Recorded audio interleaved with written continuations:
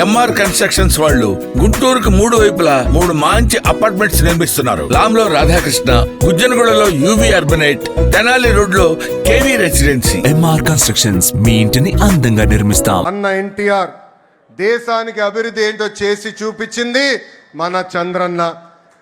తెలుగువారి ఆత్మగౌరవం ఢిల్లీకి తెలిసేలాగా చేసింది అన్న ఎన్టీఆర్ అయితే, తెలుగువాడి ప్రపంచాన్ని పట్టంలో పెట్టింది, నిలబెట్టింది మన నాయకుడు చంద్రన్న.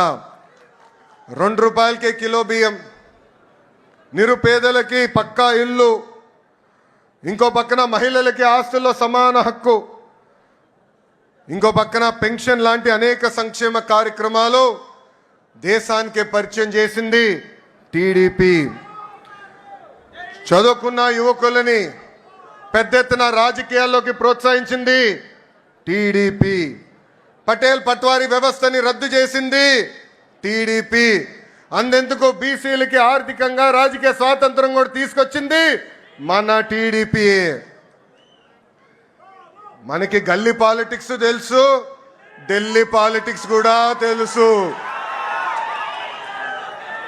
జాతీయ రాజకీయాల్లో సైకిల్ ముద్రనే వేరు. కేంద్ర ప్రభుత్వాల్ని శాసించే అవకాశం వచ్చినా ఎప్పుడు రాష్ట్ర ప్రయోజనాలు మేరకు మనం పనిచేశాం. ఏనాడు స్వార్థంతో పదవులు మనం అడగలేదు. రాష్ట్ర ప్రయోజనాలే ముందు పెట్టి నడిపించిన పార్టీ తెలుగుదేశం పార్టీ. అంబేద్కర్ గారికి భారతరత్న ఇవ్వటంలో కీలక పాత్ర వహించింది తెలుగుదేశం పార్టీ.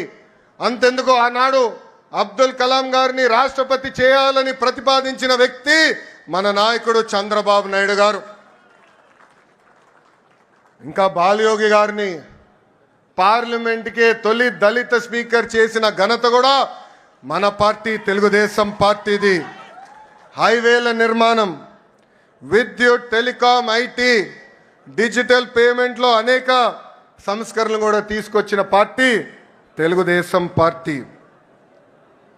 తెలుగుదేశం పార్టీ జెండా పీకేస్తారని ఎంతోమంది అన్నారు. అలాంటి వాళ్ళు ఈరోజు అడ్రస్ లేకుండా పోయారు. అది మనందరం చూస్తున్నాం. 2019 వరకు మనం చూసిన రాజకీయాలు ఒక రకం, 2019 నుంచి 24 వరకు చూసిన రాజకీయాలు వేరు. అరాచక పాలన మనందరం ఎదుర్కొన్నాం. మన దైవాలయంగా భావించే తెలుగుదేశం పార్టీ కార్యాలయంపై దాడి చేస్తే మీసాలు మిలేసి రండి మేము ఇక్కడే నిలబడతామని చెప్పిన ఘనత ఒక తెలుగుదేశం పార్టీ కార్యకర్తలదే. అంతేకాదు మన అధినేత ఇంటికి తాడు కడితే ఆ తాళ్ళు తెంచి పోరాడింది మన తెలుగుదేశం పార్టీ కార్యకర్తలు. క్లేమోరల్ మైన్కే భయపడని పార్టీ మనది. ఈ కామెడీ పీసులకు మనం భయపడతామా? 4 ఎమ్మెల్యే లాక్కుంటే ప్రతిపక్ష హోదా ఉండదని చెప్పిన వ్యక్తికి ఈరోజు ప్రతిపక్ష హోదా లేకుండా చేసిన ఘనత తెలుగుదేశం పార్టీది. చివరికి ప్యాలెస్లు కూడా మనం బద్దలు కొట్టాం.